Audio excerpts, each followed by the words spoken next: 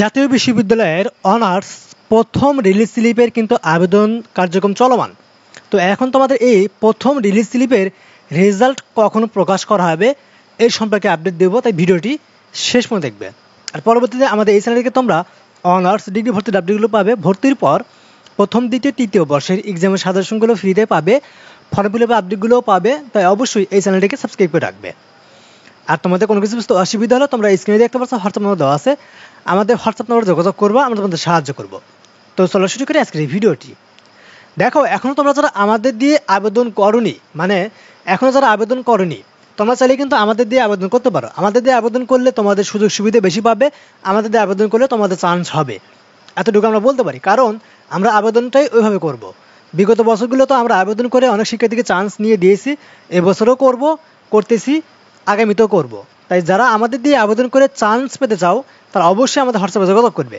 আর যারা আবেদন ইতিমধ্যে করে ফেলেছো তোমরা চাইলে কিন্তু আবেদনটি বাতিল করেও আবেদন করাতে পারবে। তাই যারা আবেদন করবে আমাদের হোয়াটসঅ্যাপে যোগাযোগ করবে। তো এখন আসি, এই যে অনার্স প্রথম রিলিজ স্লিপের আবেদন কার্যক্রম, এইটা কিন্তু এখনও চলমান। অর্থাৎ 28 তারিখ থেকে শুরু হয়েছে, আজকে মাত্র 30 তারিখ। সো এটা তোমাদের চলবে আগামী 9 তারিখ পর্যন্ত। তো এখন তোমাদের রেজাল্টটা কখন দিবে, তোমাদের যদি নোটিশটা আমি একটু দেখাই তাহলে তুমি বুঝতে পারবে। এখানে বলা আছে যে 28 তারিখ থেকে আবেদন শুরু হবে এবং আবেদন চলবে 9 তারিখ পর্যন্ত। অর্থাৎ তোমাদের 9 তারিখের আগে কখনোই জাতীয় বিশ্ববিদ্যালয় কর্তৃপক্ষ প্রথম রিলিজ স্লিপের রেজাল্ট প্রকাশ করবে না। যদিও রেজাল্ট প্রকাশ করে সেটা হবে তোমাদের 9 তারিখের পরে গিয়ে। অর্থাৎ কোনো একটা রেজাল্ট মানে ভর্তি কার্যক্রম চলমান থাকা অবস্থায় জাতীয় বিশ্ববিদ্যালয় কখনোই রেজাল্ট প্রকাশ করে না। এই যে আবেদন কার্যক্রমটি চলমান, এটা 9 তারিখ পর্যন্ত চলবে। তারপরে 3 থেকে 7 কর্মদিবস, অর্থাৎ 3 থেকে 7 দিন টাইম নেবে জাতীয় বিশ্ববিদ্যালয় কর্তৃপক্ষ এই রেজাল্টটা প্রকাশ করে দেওয়ার জন্য। কিছু কিছু সময় দেখা যায় যে যেদিন রেজাল্ট মানে এই যে 9 তারিখে আবেদন শেষ হবে পরের দিনে প্রকাশ করে, বা তার পরের দিনে প্রকাশ করে, বা 3 দিন পর প্রকাশ করে।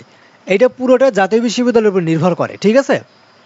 সো তোমাদের রেজাল্টটা আগামী 10, 11, 12 এই 3 দিনের ভিতরে প্রকাশ করা হবে।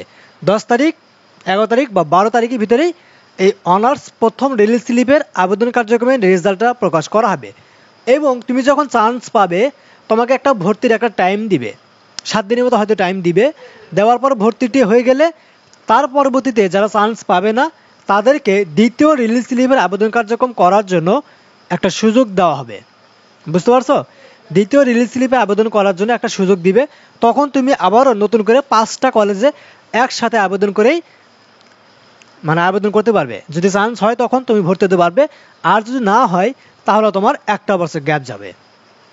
এখানে একটা বিষয় তোমরা অনেকে জানতে চেয়েছো, তা হলো যারা ফেল করেছো তারা কি রিলিজ স্লিপে আবেদন করতে পারবে? না, যারা ফেল করেছো তারা আবেদন করতে পারবে না।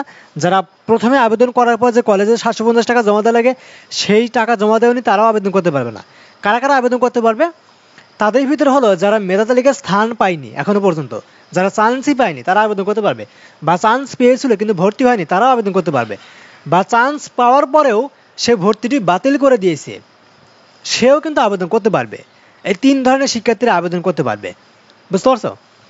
তো এটা ছিল ভিডিওটি কেমন লাগলো অবশ্যই কমেন্ট করে জানিয়ে দিবে। ভিডিওটি ভালো লাগলো অবশ্যই লাইক করবা, চ্যানেলটিকে সাবস্ক্রাইব করে রাখবে পরবর্তীতে অনার্স ডিগ্রি ভর্তির আপডেটগুলো পাওয়ার জন্য। তো আজকের মতো শেষ করবো, সবাই থাকবে, আল্লাহ হাফেজ।